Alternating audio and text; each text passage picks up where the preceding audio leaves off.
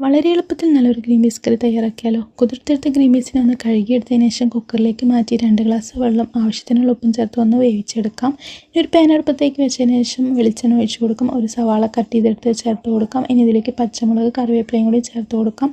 ഇനി ഇതിലേക്ക് ഇഞ്ചി വെളുത്തുള്ളിയുടെ പേസ്റ്റും കൂടി ചേർത്ത് കൊടുത്ത് നല്ല രീതിയിൽ തന്നെ ഒന്ന് വഴറ്റിയെടുക്കാം. 2 തക്കാളി കട്ട് ചെയ്തെടുത്തും കൂടി ചേർത്ത് കൊടുത്ത് ഒന്ന് വേവിച്ചെടുക്കാം. ഇനി ഇതിലേക്ക് മുളക് പൊടി ചേർത്ത് കൊടുക്കാം. അതേപോലെ തന്നെ മഞ്ഞൾപ്പൊടി 1/4 ടീസ്പൂൺ, മല്ലിപ്പൊടിയും കൂടി ചേർത്ത് കൊടുക്കാം. ഇനി ഗരം മസാല ഒരു 1/4 ടീസ്പൂണും കൂടി ചേർത്ത് കൊടുത്ത് മിക്സാക്കി എടുത്തതിന് ശേഷം ഇതൊന്ന് നമ്മൾ ഗ്രീൻ പീസ് വേവിച്ച വെള്ളം ഉണ്ടല്ലോ അതും കൂടി ഇതിലേക്ക് ഒന്ന് ഒഴിച്ച് കൊടുത്ത് ഒരു 2 മിനിറ്റ് ഒന്ന് തിളപ്പിച്ച് മസാലയുടെ പച്ചമണക്കം ഒന്ന് മാറുന്ന വരയ്ക്ക് ഒന്ന് വഴറ്റിയെടുക്കാം. ഇനി ഇതിലേക്ക് ഗ്രീൻ പീസ് വേവിച്ച് ഇത് ഇട്ട് കൊടുത്തതിന് ശേഷം മിക്സാക്കിയതിന് ശേഷം ഒന്ന് തിളപ്പിച്ചെടുക്കാം. ഇനി ഇതിലേക്ക് ആവശ്യത്തിനുള്ള ഉപ്പും ചേർത്ത് കൊടുക്കാം. അതേപോലെ മല്ലിയിലയും ചേർത്ത് കൊടുത്ത് തിളപ്പിച്ചെടുത്തിട്ടുണ്ടെങ്കിൽ നമ്മുടെ ഗ്രീൻ പീസ് കറി ഇവിടെ റെഡി ആയിട്ടുണ്ട്. പൂരി ചപ്പാത്തിയുടെ കൂടെ കഴിക്കാൻ നല്ലൊരു കറിയാണ്. അപ്പോൾ ട്രൈ ചെയ്ത് നോക്കി നോക്കണേ.